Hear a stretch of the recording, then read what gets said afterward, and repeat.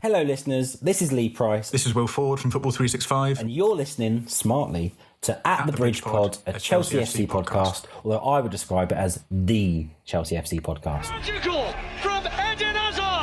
Kai Havertz in the Champions League final! Ivanovic! Yes. In the middle, it's just behind him, but it's tapped in by Hakim. Matic with the ball driver! Matic takes the net off! Hat-trick hero! Cole Palmer wins an epic, sensational game! It's time for another episode of At the Bridge Pod, your number one Chelsea FC podcast. Coming up on this episode, I think some people are going to be signing that Garnacho apology letter.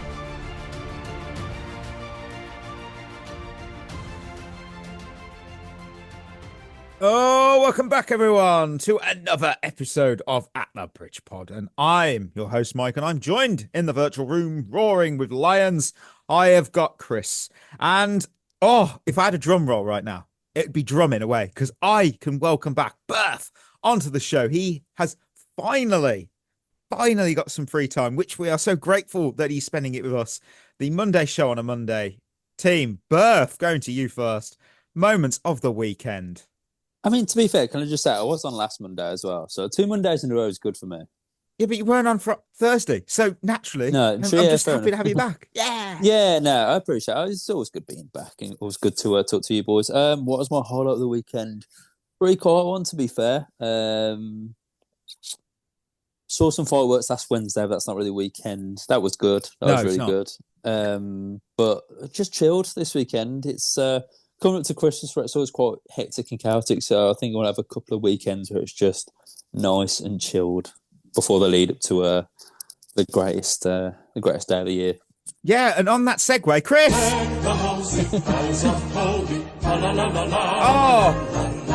You in the Christmas spirit? What, mate? That's annoyed me straight away. Chris, do you want to annoy you even further? If you say you've put your Christmas I've got tree my up, Christmas tree up. Yeah. Oh, what a legend! You are a twat. Yeah, just so the listeners know, none of us are actual friends in real life. Just do the show because we're contracted to do so. No actual friendship. Come on, Chris, you got a highlight. Come on. Saturday team won 5-1. Get in. Top of the league. Top of the league, still unbeaten. Never in doubt. That was nice. Never in Sunday, doubt. we're not talking about Sunday. No, that's. But yeah, that'll be my highlight. It's proper weekend of everything football can be, the good and the bad. That is, yeah. Right. I what did I do? I ventured into deep into Warsaw. I did, and ended up at the Arboretum. And he made it back. Yes. No, it was. You know what? I went to the Arboretum. It was absolutely brilliant spot for a Saturday walk. And of course, in true British fashion, the rain made an appearance, and I didn't bring a coat. Thought a jumper would do the job, and I paid the price for that decision. So well done, me. Onto the other highlight, I did pecan pie brownies. That they were. I tell you what, they were genuinely sensational. They were so good. I say that almost every week, but they might be the favourite bake I've done this year. The texture, the fudginess, the flavour, it just came together perfectly. I'm so proud how far my brownie game has come. I really am. If you like nuts, you're all in. If you're allergic, you can't have them. Just realism. For football, though, I always bring something football. It's the international break. That means I think we all need to catch up on the unofficial holders of the Champions League and the Club World Cup. Because when we left you last time, I don't know if Berth was on that, but I spent way too much time trying to work out who the unofficial holders were. Do you know how that works with the World Cup, Berth? No. Okay, so essentially, whoever wins the World Cup are the official holders, and the next team that beats them become the unofficial holders. And then the team that beats them is the unofficial. You get the idea until obviously the next World. Yeah, so I did it for the Champions League and the Club World Cup. Anyway, when we left you, well, we had Bayern Munich as the unofficial Club World Cup holders and Porto were the unofficial Champions League holders. Since then, Bayern won every single game until this past weekend where I thought Union Berlin were going to do it. They were 2-1 up. Harry Bloody Kane spoilt it by equalising deep into stoppage time. Bayern are holding the crown. Porto, though. Now, this is more interesting. The unofficial Champions League holders. Well, they beat Celery Sense, but then they lost their crown to Sean Dyche. Nottingham Forest beat them, didn't they? And then they held it for one game because they lost to Bournemouth, who themselves held it for one game because they instantly lost to Man City. That means Man City are the current unofficial holders of the Champions League. I don't like that. That's not good enough. I need someone to beat them.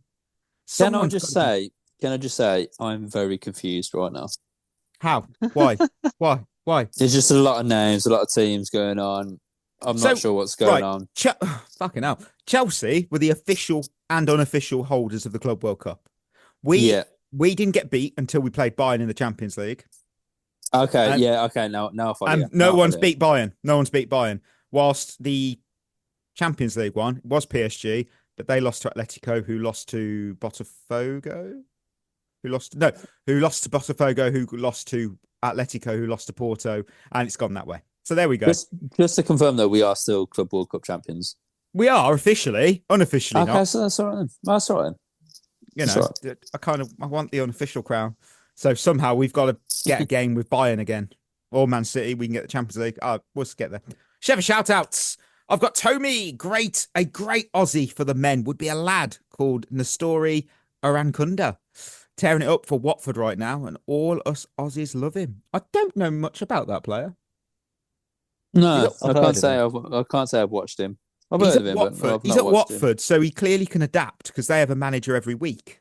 So that's pretty fair play to him. Right guy posting a comment to support our boy Chris, like the host asked. Here's a shit haiku in Chris's honour. Roses are red, Chelsea's blue, tactics bloom beneath your words, London roars in sync. Oh, lovely. I like that. Well, there you go, Chris. You've had a poem. Not often we get poems, but there you go. That's got to be a first, isn't it? It is, and it's not. It didn't actually include abuse about you, which is nice. That's nice. It's always a positive. Jack Van Allen rounds it off with great pod as always. Chris and Mikey holding it down. The pod perfectly summed up how I feel this year. We are so inconsistent. We need a true 20-goal striker. Steve needs to start. And since you started the conversation, what signings do we need in January up the Chelsea? Well, we got Liam Delap. That's a 20-goal striker. Come on. Isn't that right, Chris? 20 goals is a push. I know what I'm doing. I mean, in his Chelsea career, if he's here for 5 years, he might get 20. 5 years. Wow, that's only like half his quarter of a contract. I think signings we need in January. Centre-back. That's just centre-back. Yeah. Centre-back. A centre-back. That'd be helpful. I'll tell you what we do need. A centre-back. We do need a centre-back. Of all the positions, we need a centre-back. Right. I'll tell you what else we do need. Go on, Chris. Some players who don't get injured all the time. I thought you were going to say some that can buy a pint at the pub. I'll tell you a player that we do need. That'd be lovely. I'll tell you a player that we do need. You know the players that play next to the left back and right back? We need one of them. Oh. Yeah, I like a centre-half. Yes. Not quite a centre. Right. Thank you as always for your reviews, thoughts, and everything else. If you want yours read out on the show, head over to Spotify, drop a comment, and if it's really good, make sure it's read out on the next episode. So with that news... Oh, Monday means charcuterie border news, and 2 slabs of injury cheese are on this board. I'm not great. No, not great. Enzo Fernandez ruled himself out. You don't hear that often of international duty with Argentina after asking to be subbed for Chelsea due to a knee injury. He spoke after the game and he did admit that he'd been dealing with a problem with his knee in the past 4 months, apparently. They only had one game scheduled, Argentina did this month, and it'll be a friendly against Angola on November 14th. So, yeah, the midfielder's ruled himself out. He's going to be assessed at Chelsea's training ground. So, what did he say? He said, I will not be available with Argentina. I was just talking to the medical team because I've had a problem with my knee in the last 4 months. I came with a bone edema. I think it's pronounced that way. That's not what he said. That's what me saying about edema. That got worse in the last weeks and months because we played a lot of games. So, a quick one. If you who may not know what a bone edema is, and I might be pronouncing it wrong, it's basically a swelling inside the bone. Like, think of a deep internal bruise. So it's painful, obviously, and it's usually caused by overuse or fatigue. So there you go. That says a lot, doesn't it, about our team with fatigue, unfortunately, with all the games. It's not a break, though. But obviously, if you don't rest it, it can get worse. So this international break might actually be the best thing for him, actually, just to give him time to recover properly and come back fresh. So 2 weeks of rest. It's not fair play. He's been playing with it. I don't think that's smart. If you've got fatigue, it's a fatigue injury, but We don't have a lot of choice, though, do we? No. No, and on that, unfortunately, we do have an update on Romeo Lavia, because obviously he went off very early against Karabag midweek, and it is now confirmed to be a quad injury that will keep him out for at least, keyword, a whole month, and the club are assessing him on a daily basis. And that's 2 months then. It's not. You're right. And I feel like we did it. We touched on it the last show, and I'm standing by it. Look, people saying on social, of course, overreacting, sell him. We've discussed this in length. You can't sell a player that's injury prone like that. And if you could, it's not going to be for a fee that this club would accept. The best thing is to simply back him, support him, and then, in my view, get him a season-long loan next season where he's away from the physicality of the Premier League. He gets first-team football, and then we can see, sweet, he's locked in, he can stay injury-free, and then welcome him back. That's my take. Don't know what you guys think. Yeah. Yeah. So, Congress. we could send him to Strasbourg. Let's be fair. We could. Yeah. It's a less physical league. Hmm. We know he'll go there and play. Guaranteed. Because that's always the risk with a loan, isn't it? But we've got things in place there that when we loan players there, they actually play football. I think that's got to happen. Like I said when we was talking about him on the last pod. Yes. He's got to get that loan because the loan's the perfect situation, because we either get a player back that we can use, or you increase his value to sell him. Yeah. One of those two things has got to happen. Otherwise, we'll just end up fucking giving him away like a buy one get one free to the next person who signs someone off us. Yeah, it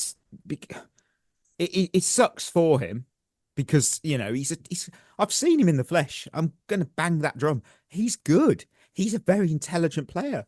He's just, his body is paper mache, and it sucks for him because he's like getting into a rhythm, and I'm out for a month. I've got to get back up, and we know ideally it won't be a month, will it? It's never ever been what they first fear. It's usually a bit longer for him, which. Yeah, I think it's the Liverpool game he's expected to be back for, which he did all right in the last one. It's a shame. It really is. Anything on that, Berth? I don't think anyone's ever doubted how good he is as a player. I think we can all see that he's unbelievable, and he does add something to us as a team when he plays. I think obviously we bang on about it, but it's becoming a real problem now. Like, is it ever going to get better? I think every Chelsea fan that you speak to now has sort of just succumbed to the fact that it never will get better, unfortunately. As much as we want it to, and we do, of course, it just isn't going to happen for him, I don't think, which is a real shame. And he is only young, and he's got time to turn it around, but you just think at this point, would sending him to a less physical league help him? Maybe a different manager to sort of that isn't as intense, maybe with training sessions or something like that. Maybe that will help him develop. But it's getting to a point now where we're just not surprised, and that's the biggest issue, which is a shame. I've just realised I've inadvertently made a joke. I didn't intend to, because the next time we play Liverpool is the 9th of May. That I genuinely thought it was a bit sooner than that. I did that could be accurate. I did think, I was like, I'm sure it just played. No, I've just called it, haven't I? He'll be out for 3 months. It'd be shit. Yeah, he might become he might become like Abu Diaby, another talented player who just his body just wouldn't let him play, and it sucks because Enzo and Caicedo are having to play because their backup was Esugo, who's also out long term. It's such one of them. Right, I suppose. Well, that's the end of the news, I suppose. Right. Kingsmeadow corner, because Chelsea women took on Arsenal at the Emirates, and it ended Arsenal 1, Chelsea women 1. We do quickfire winners and losers. I genuinely, Chris, very rare for me, but I had one winner but 2 losers from this. 1 winner and 2 losers. I think that's fair. Well, my winner, Alyssa Thompson. Yeah. But You simply cannot score a goal like that and not make this list. It was pure class. The vision to even see that opportunity and the audacity, fair play to her, to just attempt it. It was executed flawlessly. Special player. That is one of the goals of the season, without question. There's something just so satisfying for me about that type of finish. It's not quite a chip. It's not quite a long range rocket. It's sort of an in-between. And the ball just carried with that subtle backspin. It just perfectly dropped under the bar. Oh, she's been such a joy to watch as well since joining. The pace, the directness she has, the intelligence with that pace and directness. Go for it, Chris. Just tell me. Talk to me about it.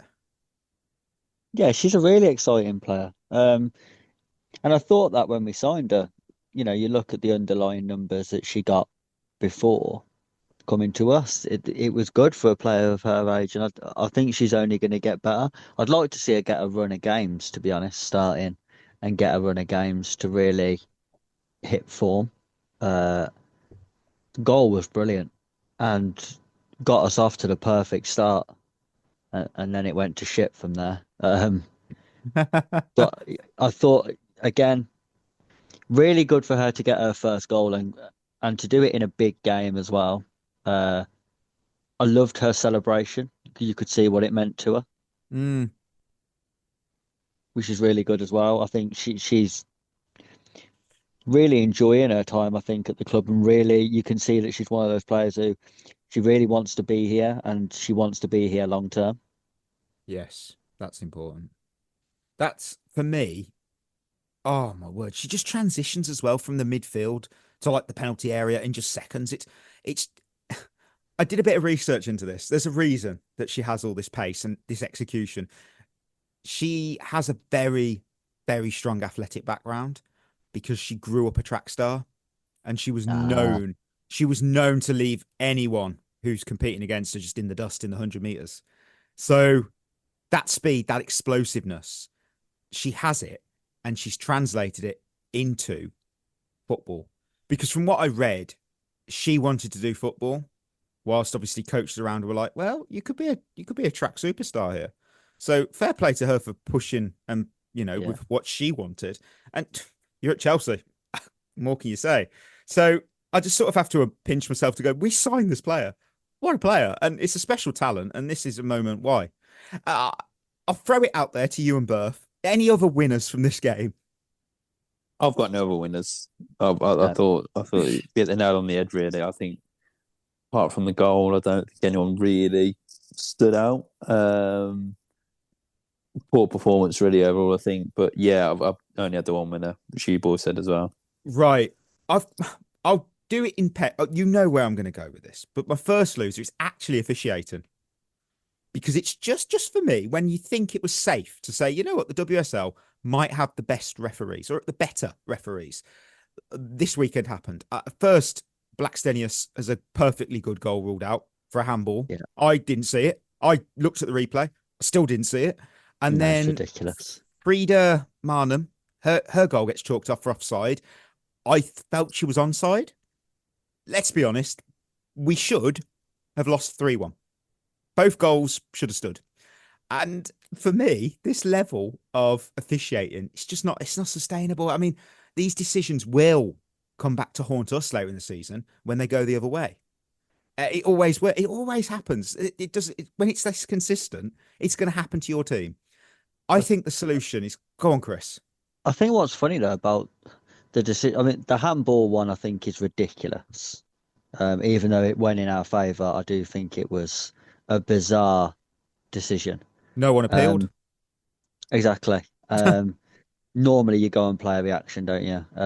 Tells you a lot. I thought the Freedom Manham goal was onside, but then I thought the Russo goal that was given looked offside. I could not agree more. So it's like you've got all of those situations wrong today. Well done. So you kind of evened it out. This is why we need VAR in the women's game. And the frustrating reality here is, though, most WSL grounds don't meet the infrastructure requirements to implement it. That's the real shame. The WSL is supposed to be the pinnacle of women's football in Europe. Realistically, we know the NWSL is like the queen of women's football. We know that for the league side. But for Europe, WSL is meant to be it. And we can't even guarantee basic officiating accuracy because of the facility limitations. And that's just got to change. Because for me, when the season ends, the FA, league figureheads, just sit down, make it happen. If that means the league itself has to fund VAR installation, so be it. Because for me, the simplest long-term solution is ground sharing with the men's teams. Because they are cut ready. Their cloth is ready to have VAR. It's already got it in. And then you'd have to have like a rotational home and away setup that guarantees VAR access and parity across both leagues. So the Premier League and the WSL. Collaboration with the Premier League then should be a no-brainer. No excuses. Get it done. Something has to change here. We hate VAR in certain aspects, but things are happening where it's wrong.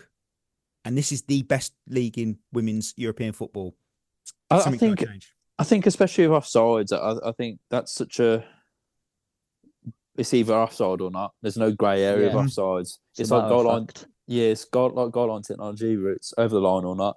Now, whether you think a turnout should be offside or not, that's another discussion for another day. But you can't go wrong with that, and it should be in the women's game 100%. Obviously, VAR for decisions, that's up for debate, no doubt. But offsides should definitely be in the game, no matter what you do with sort of handballs and fouls and red cards, whatever. Yeah, I will go for my second loser because this is where Chris can pivot off this one. I got the lineup, but you can go further into this, Chris, if you wish, because it's a double loser because the team selection baffled me. I saw Lucy Bronze and Millie Bright both start. I thought that was a bit surprising because I want to see Germa start, to be honest. And our best player all season, Ellie Carpenter, is sat on the bench. Not sure why. Don't know. It's a big game. Bizarre in a big game, that. This isn't like you could say, yeah, but we had Champions League or we had a league. But this is the big game. This is Arsenal. This is a big game. Why is she on the bench? So we missed the energy. We missed her hunger. And being realistic, the chemistry that Carpenter brings to this team. And what made it worse, this is a touchy subject, I understand. There's a bit of off-pitch tension at the moment, spilling onto the pitch, I thought. Because, look, Millie Bright's decision not to back Hannah Hampton after the Mary Earps book situation hasn't gone unnoticed especially I've noticed with a lot of Chelsea women fans as well. There was a chance of solidarity. If you haven't seen it, listener, they do a daily brightness podcast. But they just said, she didn't say anything really. That was the point. And in my book, not saying anything, he's actually still saying something. And you kind of saw a disconnect during the match. I didn't think there was chemistry there. The communication didn't look right. There was frustration. We saw shouting at each other. We don't usually see that. And I think it might sound harsh, but right now I think you have to back form, not rep. And I didn't think Millie Bright, that was one of her poorest games for Chelsea. And she has a high standard. That was a poor game from her. She didn't look on the pace. She looked out of sync. I just don't see why Naomi Gurman's not getting a shout. I don't see it. I think you have to make a tough call here. And it could be a fitness thing with Germa though, because she has struggled badly with injuries since we signed her. That's the only thing I can think, because you're right, I don't think Millie Bright's been in good form all season. So, well, we've been saying for a long time that defensively we don't look right. I do think this was a really poor game for Hannah Hampton as well, though. I think she should keep the goal out. I think she'll be really disappointed that she didn't keep out the Russo goal, because it's a weak hand on that first time shot. But she just didn't seem fully concentrated in the game either, which is why this whole Mary Earps thing's pissed me off so much, because it's just a distraction that we didn't need. Which is really annoying when you're in mid-season and a really hard season. You know, like we haven't lost yet, but we're not top. Man City have gone top now. So the last thing we needed really was any off the pitch stuff going on. And it's even more annoying that it's not even something within our control of like our own players doing something. It's some other twat attention seeker who's trying to stay relevant that's caused it. That's how you really feel, Chris. Oh, it's doing my head in though. Do you know what it is? This will be Mary Earps trying to get on something like I'm a celebrity. or Oh no. fucking Strictly Come Dancing or something. That's what she's going to do. I'm telling you right now, she's going to become one of them people who, when she retires, you see more of her than when she was playing, because she'll do everything and anything to stay relevant. Because the whole book situation, I think, has been really, really unprofessional. It's gone down well. That is. I was funnily enough, I'd recorded Football Focus, and I always watch it because like when Clem's on. He hasn't been on this season. I don't know if I've missed something, and he's not longer doing it. I'd be sad if that's true.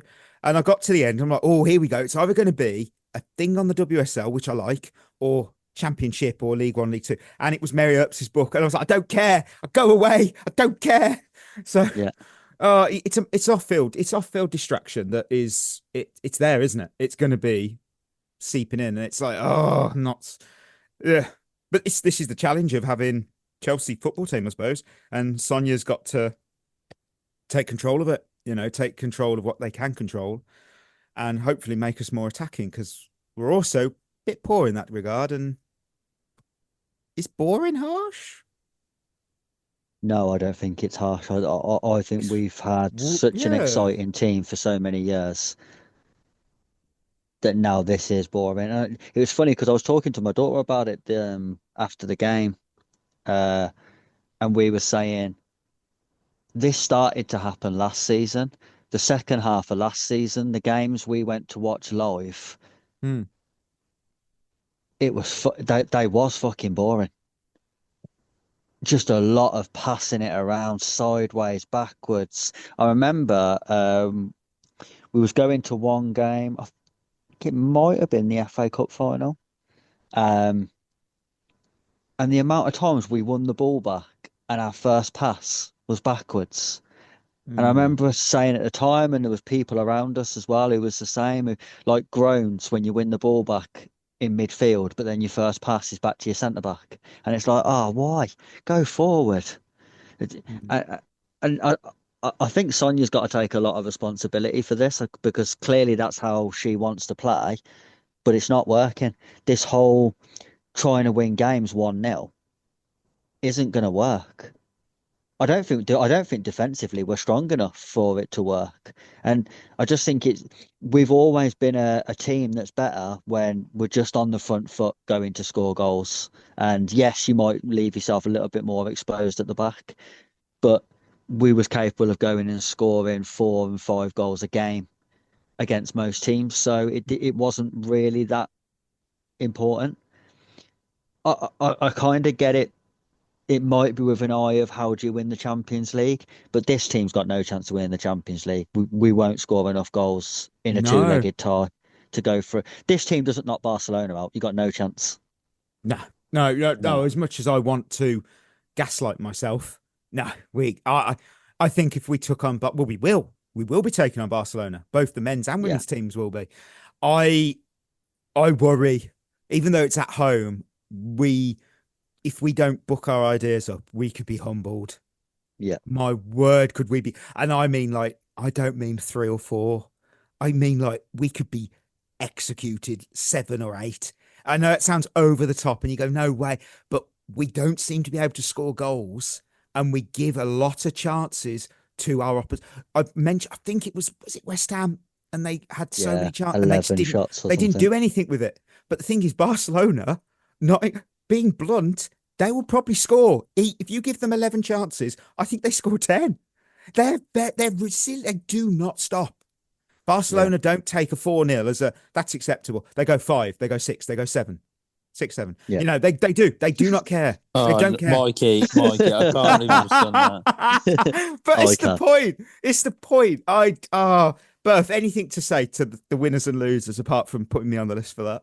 No, I kind of agree to you. I think the harmony at the minute just seems off, and when the harmony is off in the team, of course you played in numerous teams, and when that sort of squad, then there's an underlying problem, the football isn't quite what it should be, and sort of you can tell there's just a slight issue, and yeah, it has got a bit boring and a bit stale, and I think when people aren't on the same page, it's going to create an unnervy atmosphere in the crowd as well, and I just think it's a difficult thing to overcome. and you're a manager, because it's kind of out of your control as well in a way, because it's not sort of something you can coach. It's a personal issue, and it's rumblings that are outside of sort of the dressing room. So it's a difficult hurdle to overcome, and hopefully it's just like a patch, and hopefully we can get firing again. I think if we come up against Barcelona next week, we get hammered. There's absolutely no doubt about that. So it's not looking good at the moment. I don't think we're in sort of a crisis by any means, but it's I'm sure we'll turn it around. But when, I don't know. I think there's a few more issues off the pitch we've got to solve before our football gets better. Right, from one winners and losers section to the next, because we welcomed Wolves to Stamford Bridge. Oh man, that was a game and a half. It was definitely different compared to the game that I saw at the Molineux, for sure. This time the first half wasn't good, but the second half was. So Garnacho, what a player. He was amazing. Amazing. He was our best attacking outlet. Pedro Neto got on the score sheet. Wasn't the best of games from him, in my opinion. And Estevao came on and did Estevao things. What can you say? Estevao and Garnacho right now might be our two best players. So 3-0, we got the 3 points. So on to the international break. Oh! Well, Chelsea 3, Wolves 0. I did a little sound clip because I was also watching, if you wonder in the background, the Seattle Sounders against Ollie's Minnesota United, and they beat us on pens. Well, I don't want to talk about that because we were 2-0 up and man up and somehow went 3-2 down. Embarrassing. Anyway, winners and losers. Who have you got? How many have you got? I've got 3 and 3, as always. Oh, I got 3 and 2. I have 3 and 3. Okay. Well done, Chris. Thank you. Well. Look, Alejandro Garnacho is on my list. He's on mine. He's on mine as well. Look, Chris, he might wind a lot of people up, including yourself, but credit where it's due, because this lad, what a game he had. He has been, I won't use the drop to upset Berth, but he has been sensational. And we're heading. Where are we heading? Oh! Garnacho versus Wolves, 56 touches, 2 assists, 0.97 expected assists, 3 key passes, 35 out of 38 accurate passes, 1 shot on target, and a 9.7 SOFA score rating. That's his best ever in the Premier League across both clubs at United and Chelsea. I've got to give him the stat drop treatment because he was the reason we won. That was a proper game. It doesn't matter about the opposition. You can only beat what's in front of you. And he was operating for me on full confidence, absolute frightening form. And when he's got a bit of cockiness in him, but the thing is, I'll go to the assist. The third goal that he got the assist for was perfect, summed him up. He flicked that afterburner on. He left Bueno for dead and delivered a perfectly weighted ball to Pedro Neto. That weren't a luck. That wasn't a good bit of fortune. That was technique, control, confidence. And you know what? It was the last time I saw a Bueno melt away like that was when I left a Kinder one out in the sun. I don't know where he went. He must have been embarrassed at how he was ripped apart. Now I look at Garnacho and say, if you can round your game out with more defensive graft, you'll be a complete winger. You have all the potential there. You've got 4 goal contributions in your last 4 games, but you got some consistency there. You've got calmness to pick the right pass out. Let's add some defensive work in. We might have a proper player. This could be, actually, in hindsight, our best signing of the summer. Again, that's not hyperbolic. I'm just simply saying he has the potential there if he puts his mind to it. Chris, you are his harshest critic. He made your winners list, though. Yeah, I thought in the first half he was our best attacking player. And then in the second half, he unlocked the door that we were struggling to get in. I liked his first assist more than his second one, to be honest. I think his second one is what I've been saying about both him and Pedro Neto.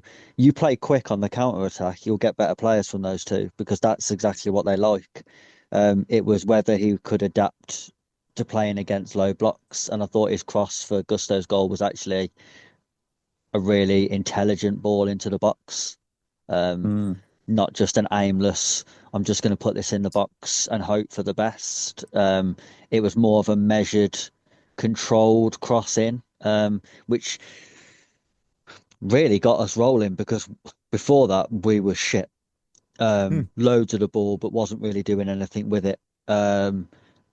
Aside from some speculative shots that, I mean, the Wolves keeper, I think he just wanted some highlight reels because he was making really comfortable saves look incredibly difficult before that. But yeah, from Garnacho's point of view, he is playing with confidence. I'll just take it with a pinch of salt at the moment because I've seen him do this for Man United for 4 or 5 games and then disappear for 6 months. So I'll reserve judgment on him fully until he's done it for a longer period of time. But at the moment, he's a starter for sure because he's our most in form left winger by a mile. Oh, 100%. 100%.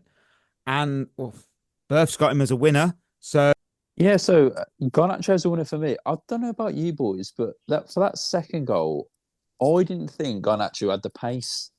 I've never seen him put on the afterburners like that before. I know he was relatively quick, but I didn't think he was that quick. So it was quite surprising, to be honest with you. Great ball in as well. And I do agree with you, Chris, to be fair, that cross for Gusto's goal. First of all, I was shocked that Gusto got on the end of it and actually scored a goal. But yeah, so was it. His first for the club. His first professional goal ever, by the way, not just for the club. And I just thought he was very, very good. And I think, I remember at the start of the season, we was all saying, why didn't we sign Xavi Simons? Why did we sign Garnacho? At the minute, Garnacho is twice the player that Xavi Simons is. And he's looking confident and he's looking better than what Sancho did at this stage. I know Sancho started with about 4 assists, but there's only like 2-yard passes, let's be honest. Yeah, I agree. So I think, it was promising from Garnacho. And he's, like Chris, I'm going to just take it with a pinch of salt. I want to see him do it a bit more, but he should definitely start on the left wing at the minute. He's our best left winger for sure. And he had a real good game. Probably should have got a goal as well. I thought he could have done better with that one in the first half, but yeah, should score. Promising from him. And if he keeps playing like this to the end of the season, how much did you pay for him? Was it 30 million, just over 30 million? 38, was it? Yeah, that's not a bad price if he keeps playing like this. Not at all. So, promising. For me, second winner, back-to-back Argentinians for me. I got Enzo Fernandez. Yeah, he's my second winner, yeah. Look at the agenda Chris is crushing today. Garnacho, Enzo. If I don't see some humble pie in the Spotify comments from somebody, I'm expecting it. But look, he deserved to be on this list. He was named man of the match, though for me, I think that could have gone either way between him and Garnacho. That's the beauty of it, though. Both were outstanding. Both drove the team forward. And Enzo's display was literally the kind of performance that we bought him off the back of that World Cup. We were expecting this, and he's played. I love saying this. He's played like a deep line quarterback. He dictates tempo, breaks that line, links play between midfield and attack with his trademark precision that we bought him off. Every forward pass he did had intent. This is the Enzo we signed. We wanted the composure, we wanted the creativity, and he's managing that bone edema injury. I mean, this is him not at 100%. Wow. This is the thing, if we had consistency from our players, which I know it's hard with everything, there's so many factors, but we got a bloody good team here. We just need to keep it consistent. So, Berth, Enzo, a winner. Why? Yeah, for me, I actually do think he's probably the best player on the pitch, to be honest with you. I thought his passing was remarkable. And I do like Enzo. I've always been one that sort of kind of backed him, to be fair. Thought his passing, he dictated the play. No one could get near him in midfield. Really did sort of run the show.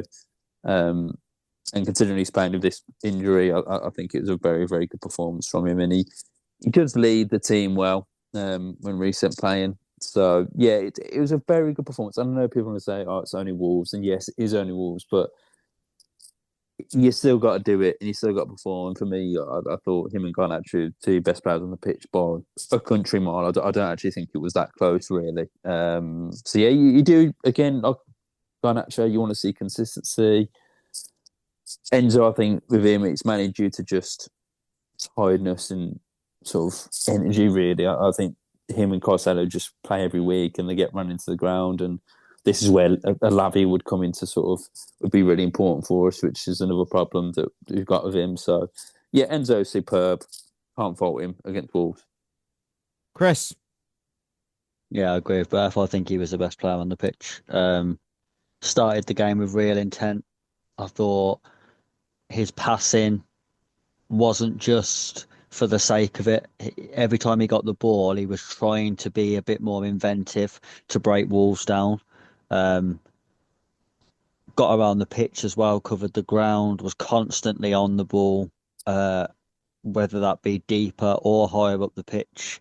Made some intelligent runs into the box. Nearly made a goal that the keeper cut out that would have got a tap in the middle of the box. A real good captain's performance from him, sort of trying to take the game by the scruff of the neck, and he did that really early on, almost like he knew that we struggle against low blocks and that's what we was going to face. So he was trying straight away to be inventive and unlock the door, and I think that's what we need more from him. I think he's wasted if he just keeps the ball. I think he needs to be more creative and be more willing to give the ball away more often by trying to play the passes, because he's got the ability to play passes that not a lot of other midfielders can play. I just think sometimes he plays a little bit too safe, but this game he didn't. He was trying to hurt the opposition every time he had the ball. Yeah. Yeah. 2 for 2. Will we be 3 for 3? I've got, because it was a tough call, actually. I'll tease you. It was a tough call for me because there's plenty of options. I've given it Estevao. Yep, same. I didn't. I went a different route. I should have Understandable. gave it Estevao, really, but No, I thought actually, I'd go no. for someone different. Yeah, stand by that, because it could have been, there was plenty of options for this week. And I've given it him because that electricity that he brought when he came on. Within seconds of the stepping on the pitch, he created a chance. He's done this before. He's done it again. He could have had 2 assists if we were more clinical. Every time he gets that ball, the atmosphere just changes. You can hear the seats clapping as the fans rise up off the seat. And we expect something magical. We're expecting, what's he going to do? And what's so impressive as well is how defenders now react to him. Because at one point, 4 Wolves players just drew to him like moths to a flame. And it opens up space all over the pitch then for other players to just go in, exploit. That fear factor he's already showing is invaluable. He's becoming a player that opposition defenders don't want to face, especially one-on-one. He's unpredictable. He's confident. He's fearless. That's the impact he's making today. Imagine what he does in 6 months or in a year when he's acclimatized to the Premier League and he understands the team and understands the league more. Oh, wow. Chris, a winner. Why? I don't know how he isn't starting games, because he walked on the pitch and straight away looked like one of the best players on the pitch. From the minute he touched the ball, you could see that the crowd got behind him. He was scaring the opposition defenders as soon as he got the ball. And more importantly, I think he's got a huge amount of respect in the squad, because as soon as he came on, everyone was just constantly giving him the ball. Yeah. It's the only time in the game when he came on that we moved the ball super quick, because they just wanted to keep giving it to him. There was one move where I think Gusto had the ball. He played it into midfield, popped out to Estevao. He played it inside, give it back to Estevao. Went to someone else, give it back to Estevao. And the ball was moving around. And it's the first time we looked like we could open them up at will. Just because they want to keep giving this lad the ball, because the players trust him so much and they know how good he is. And it's like, we haven't seen that really since Cole Palmer first joined, where you could see that the players thought, we've got to get him on the ball. If we get him on the ball, we'll win the game. I thought he was fantastic, and honestly, I think it's an absolute travesty that he isn't starting games. I, I've seen some people say, "Well, we're getting it right because he's coming on and having an impact." Yeah, that's great, but he would have done that from the start, and then we wouldn't have had that absolutely dog shit first half. Because at the moment, Garnacho should be on the left and he should be on the right, and there shouldn't even be a question over it. I would not disagree with that. Anything to add on Estevao, Berth? Yeah, no, he's just really impressive. Oh, he's quick, energetic, and like you said, he just gets the fans up and the atmosphere up when he comes on the pitch, and that's for an 18-year-old. That is remarkable, really. He drives with the ball. He's everything you want from a winger, and for such a young guy, he never really wastes the ball. His passing is always good. So true. His delivery in the box is fantastic. Obviously, great in front of goal. He is a complete winger. And hopefully, I mean, you don't want to hold him up too much because obviously we've got high standards for him, but he's a remarkable talent. I like Chris said, I don't know why he's starting more games, but it's working still at the moment. So yeah, can't complain too much. Who's your final winner? Maybe a strange one, but Wesley Fofana. Okay. I just thought he's looked all right. But like, every time I watched him recently, I think he looks better than Chalobah at the minute. I think he looks solid. I think he looks like he's getting back to full fitness. And I'm not going to say he had a spectacular performance by any means, but he just stood out a little bit for me. And I thought he looked composed on the ball. I thought he looked sharp, quick, good at tackling. He's been quietly going about his business recently. I think he's doing all right. So I kind of had to give him his props. Clean sheet as well. So yeah. No, fair play, because he's been on obviously in the news recently for not good things. No, so, he's not got a winners list on the winners list for his driving. Don't get me wrong. That is so true. He's certainly not going to be on that list anytime soon because he shouldn't be behind a wheel. So I guess, lovely segue, don't we? We go from winners to the good old when to hit fa la la la. We don't want that. Where is the good old button? I've got it lost. There it is. I'm not even going to kick it off because I've got two. So I'm going to go. Chris, who's your first loser? Enzo Maresca. I've got to hear this. I've got him on here for 3 reasons. Oh, this is gold. 1, the first half. Oh, yeah. Dog shit. Yeah. No idea of how to break down the low block. No creativity, no inventiveness, really slow moving the ball. It's gone back to that thing again where it's like he's playing shit on purpose in the first half and then doing better in the second half. But that didn't work last season. It's not going to work this season. Just start the game properly. Why are you setting your team up to be shit in the first half and then hoping to win the game in the second half? Doesn't make any sense to me. Estevao not starting. Crime. I don't care that we won the game and we was only 1-0 up when Estevao came on the pitch, and the game was only safe when he came on the pitch and made the second goal within 68 seconds. Why isn't he starting? There is no logical reason that this bloke could give to you why he's not starting games, because he's miles better than Pedro Neto, miles better. And I just don't understand because it's not even like Estevao's lazy. I could understand if Estevao was really lazy and almost a luxury player where you thought, well, we have to carry him. He's good, but we have to carry him defensively. He does his work. He wins the ball back a lot, and he always comes back into defensive positions. So there's no excuse for him not to be starting. So I'll be honest with you, Maresca was on the losers list before kickoff, just for the Estevao thing. Yeah, I know how we all felt with that. And then lastly, not subbing Caicedo off. As soon as that second goal goes in, Caicedo should come off. The game's won. Let's face it, Wolves could be there now with everyone else gone home and they still wouldn't score because that Strand Larsen is fucking awful. So as soon as that second, Caicedo looked leggy all game. He looks absolutely exhausted. We have to take every opportunity we can to rest him.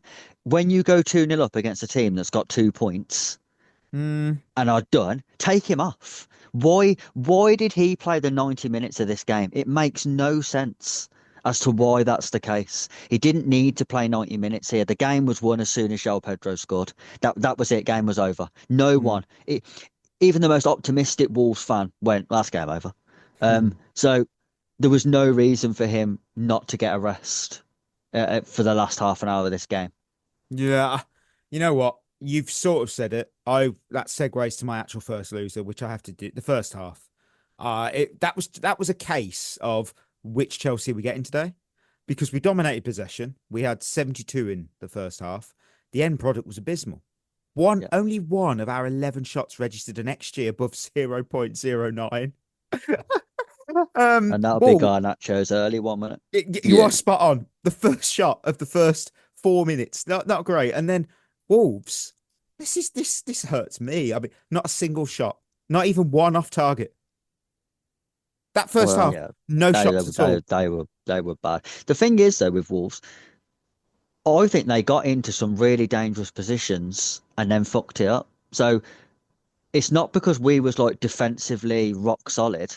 The one where Strand Larsen gets in behind and then somehow manages to leave the ball behind is really poor play from him, because I think if you're against any sort of relatively in-form striker there, they're getting a shot off at goal there, and that's a worry. I don't know why they didn't bring on that lad who tore us apart in the cup, to be honest.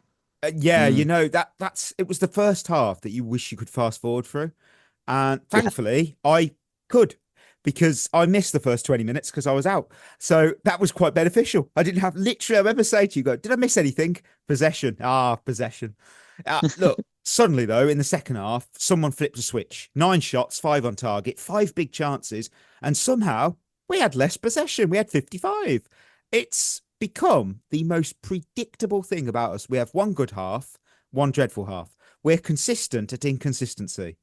That, I will say this, guys, that can win you a knockout competition. Bloody can. Club World Cup. Yeah, of course it can.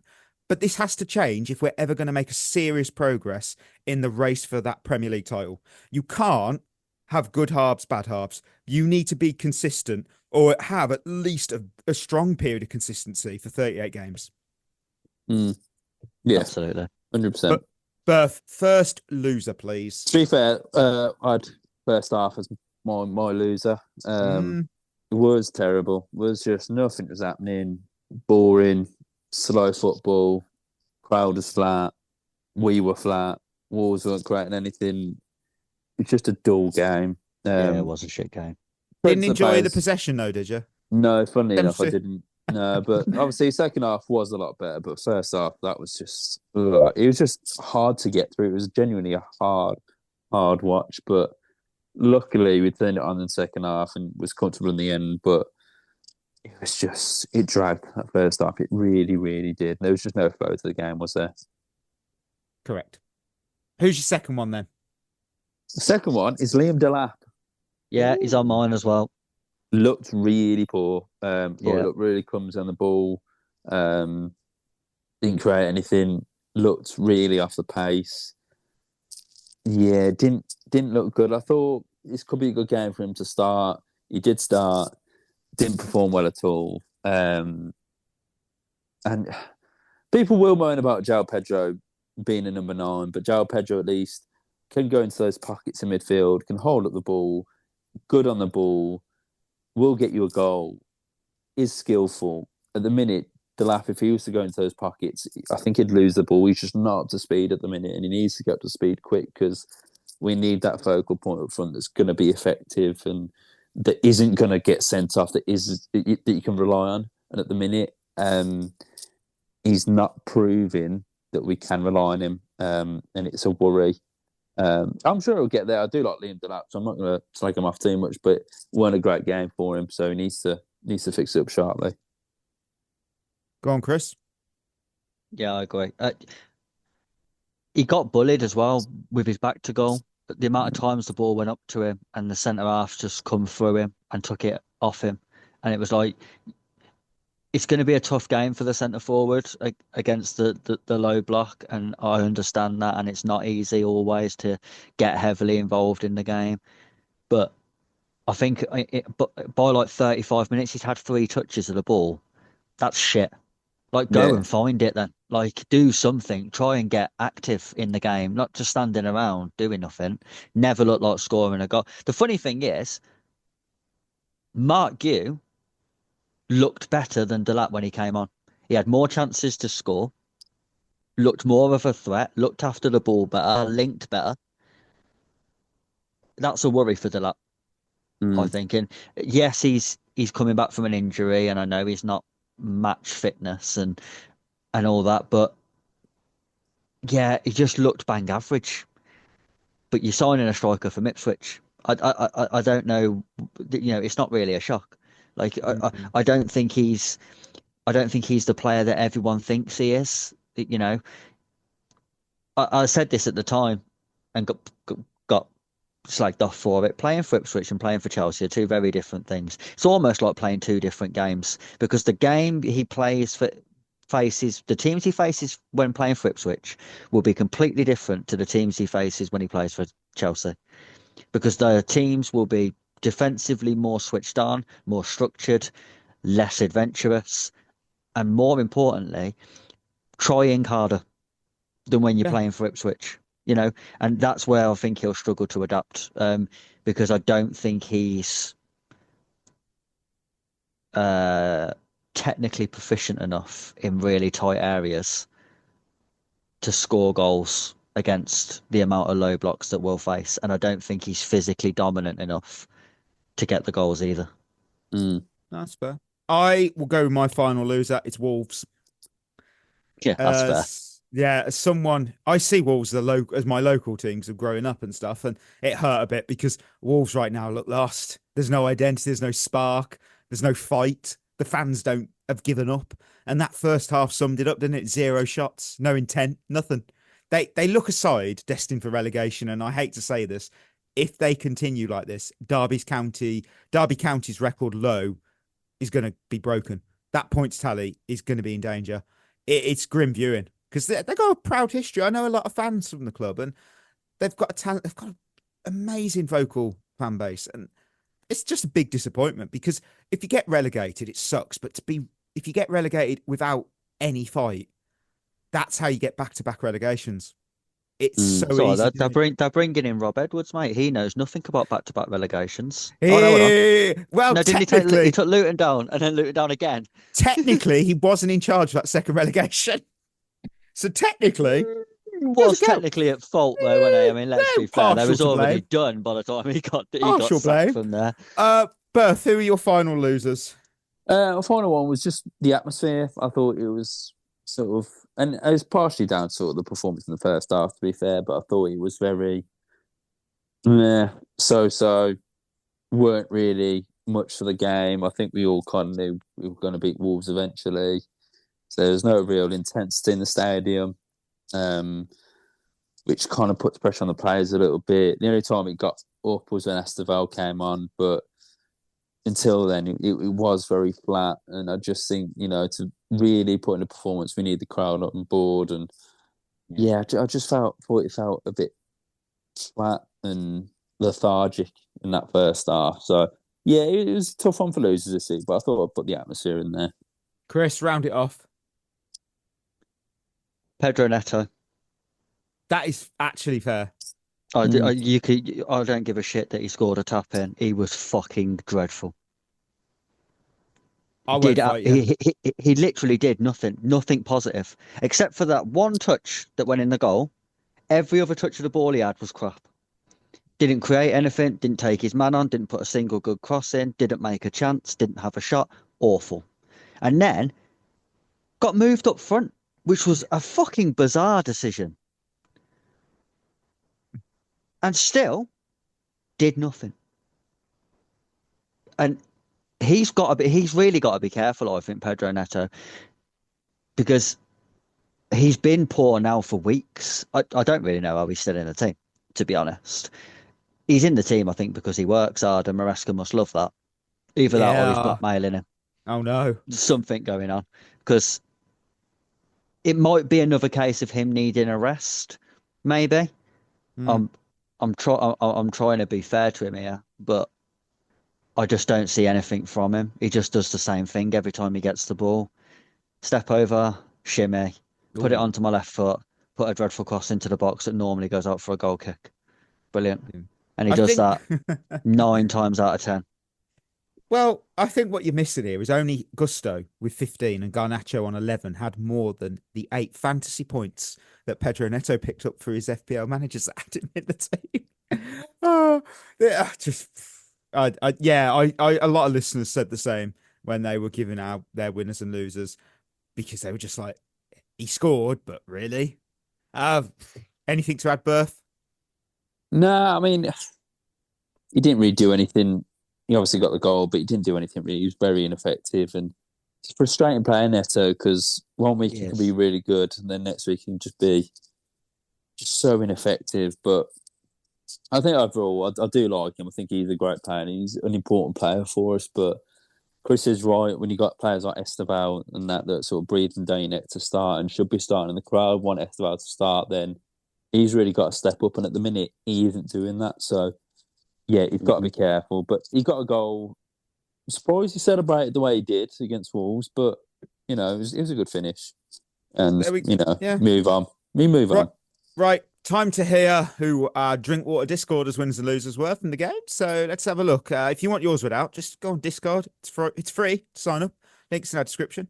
JP, winners, Gusto, Garnacho, being second place in the table. We're now third at the end of that. So that's pretty good. Losers, Delap, the first half, and Wolves being winless still. Alanos, 313. Winners, obvious, Garnacho, Estevao, Gusto, plus maybe Maresca. Losers, less obvious, but definitely Wolves, Delap, and I'd say Neto despite his goal, because other than that, he was shit. Is that you, Chris? Did you write that losers list? That's your losers list. Fuck it out. As winners, Gusto, Nacho, Cucurella, maybe Enzo, maybe. Losers, first half, Delap, João Pedro for making mistakes and not being clinical. Party Paul, winners, 1, people who love seeing Chris pick Garnacho as a winner. 2, Cole Palmer. He's going to have next to zero pressure when he comes back, since somehow we are second without him. 3rd, Sunderland.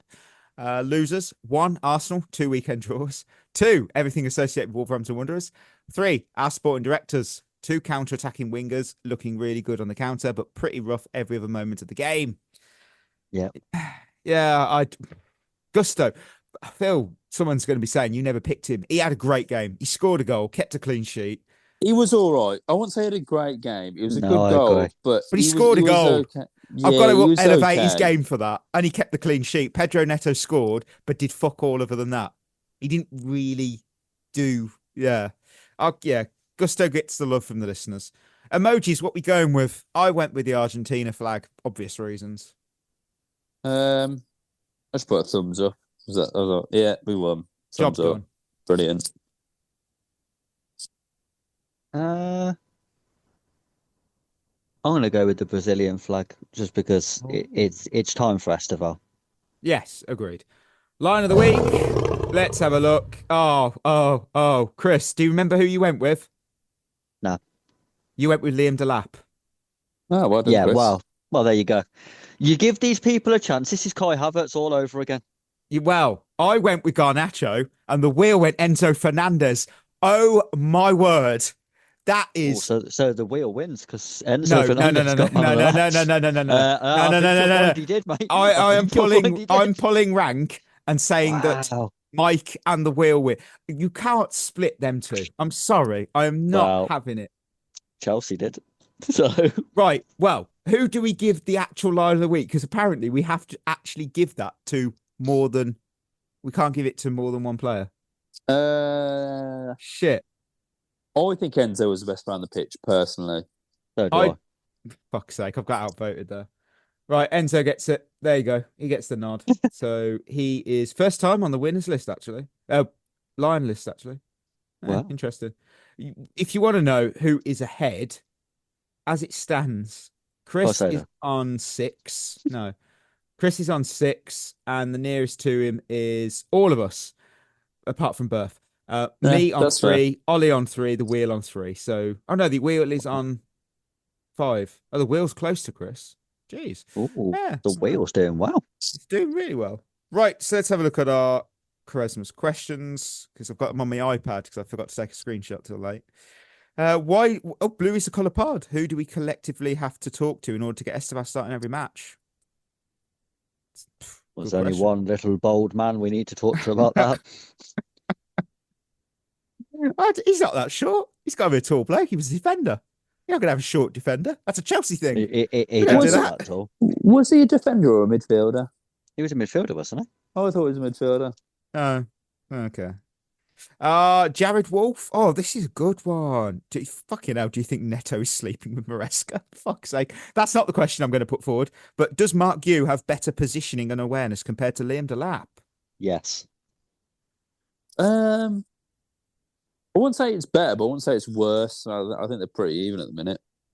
I think Mark Gue looks a more natural goal scorer than Liam Delap. I think Liam Delap relies quite heavily on sort of pace and power, and Gue's more of a penalty box tap-in kind of striker.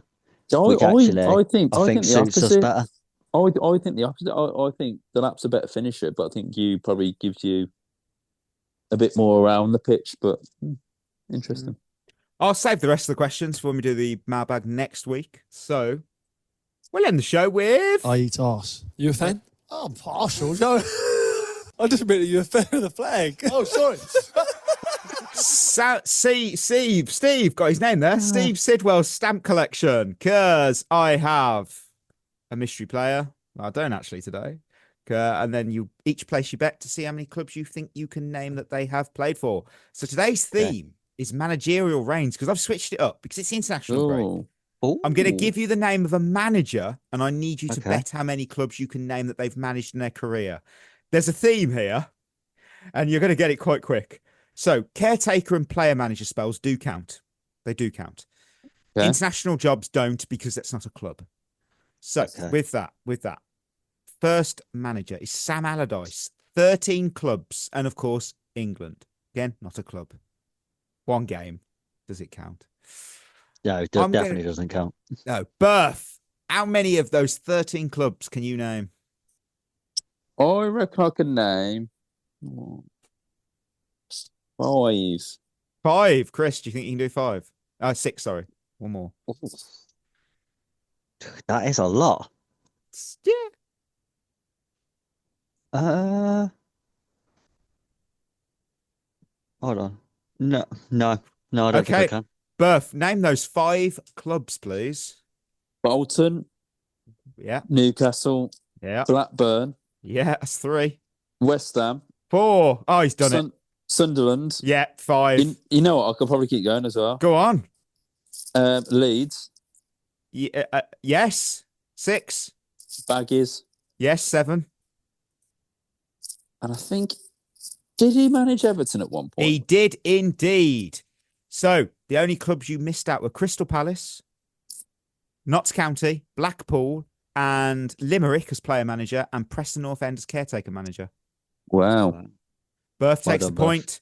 Next up, Alan Pardew. 10 clubs. 10 clubs. Ooh. We'll go to Chris. No, yeah, Chris gets to go first. Okay, Come on, Chris. 5. 5 clubs. Berth, can you do better than 5? I think I could do 6. Wow. Can you beat 6, Chris? Go on, I'll give 7 a go. Wow. Ooh, Wow. I don't know if I can beat 7. Right. Chris, name 7 clubs. Fucking hell. Oh, shit, actually, I think I can. But no, that's right. West Ham. That's 1. Newcastle. That's 2. Crystal Palace. 3. West Brom. 4. Charlton. He 5. swapped jobs with Alan Kirbishley. That's 5. He did, yeah. Southampton. That's 6. 1 more. And then didn't he go to CSKA Sofia? Oh, beautifully done. The only ones you didn't get were Aris, ADO Den Haag, Reading. Those were the other ones. Reading. I didn't know he was at Reading. Yeah, I thought he was at Reading, but I weren't sure. Yes. And finally, to complete the Uber Eats trio, Anthony Richard Pulis, 10 clubs. Berth. How many 10? There is The 10. there is a theme here. Yeah, there's another team I've just noticed that they've all managed the same club twice. Yeah, two of the same clubs. thought. Yeah, fuck it. Oh, they have as well. Oh, I'm my going word. for 6. 6. Okay, that's a good stat. What about you, Chris?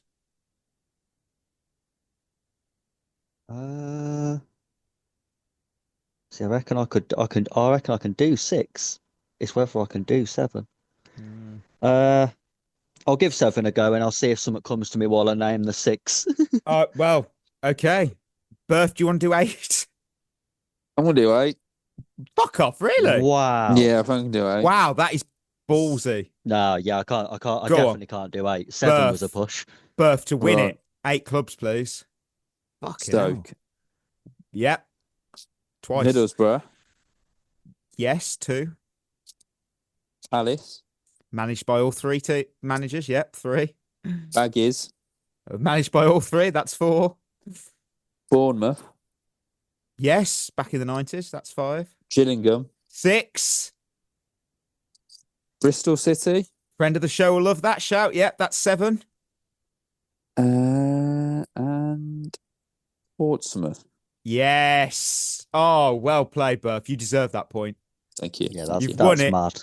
That is mad. That is incredible. That is incredible knowledge. Thank you. This is his new game. He misses Lone Army, but he's prepped for another game now. To be fair, I've got battered last week, so I had to come back with some something this week. Beautifully done. Well done. Thank you. Listeners, we're at the end of another episode. Thank you as always for tuning in. Before we go, don't forget we're proudly partnered with Head in the Game, mental health charity using football to support wellbeing and community. You can find more at headinthegame.co.uk. Treat yourself well. We'll be back Thursday because we've got player rankings. I'm pretty sure Romeo Lavia won't be in my top 10 anymore. Can't rely on him. So until next time, that'll be us signing off. You've been listening to At the Bridge Pod, a Chelsea FC podcast. Follow us on Twitter and Instagram by searching for At the Bridge Pod. And if you're listening on Apple or Spotify, leaving us a review is always appreciated.